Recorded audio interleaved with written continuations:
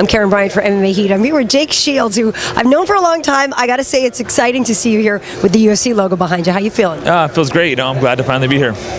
So obviously there's a lot to prove, but it's not like this is your first barbecue. So how do you feel going into this and with all the hype that's leading around? Oh my God, Jake Shields is going to the UFC. Yeah, it's kind of crazy, all the hype coming on. I didn't really expect this much hype coming in, but I guess it's a good thing. It obviously adds more pressure, but it's I feel up to the challenge.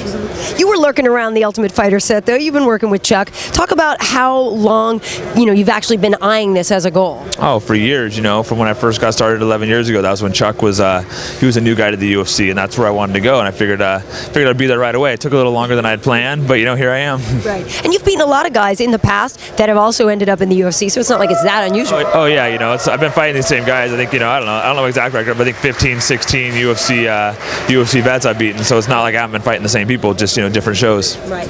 Now Martin Kampmann is not a beginner himself. This is going to be a tough fight. How do you see him as being beatable?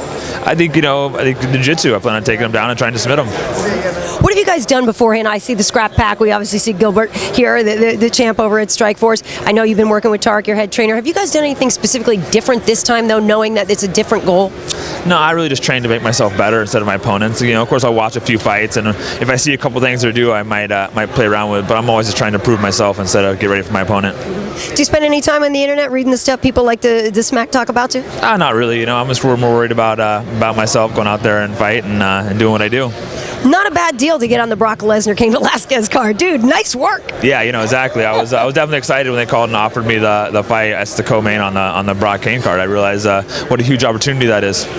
So now you're a wrestler. You got that strong background. You're gonna go cut some weight. But what do you do as far as like tomorrow after the weigh-ins? I know you're a vegetarian and health is very important to you. What do you do to get yourself back up strength-wise and get yourself ready for the fight? Well, first you hydrate yourself, so you got to put massive amounts of water and Gatorade and coconut water and all that back in my system, and then start eating. And I'll try to eat lots of really healthy foods. If you eat anything greasy, you'll get sick. So it's about putting the right foods back in to put the weight back on.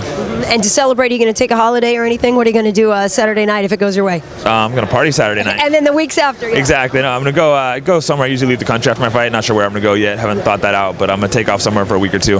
All right. Well, you know that if you win, it's going to be a crowd following you wherever you go. It's going to be harder for you to hide. Yeah, I'll leave the country and hide out. Of course, now the sport's getting huge worldwide, so sometimes that doesn't even work. Not too many places you can go anymore. Jim. Yeah, exactly. I guess something you got to deal with. All right. Well, good luck to you. I'm excited. Thank you.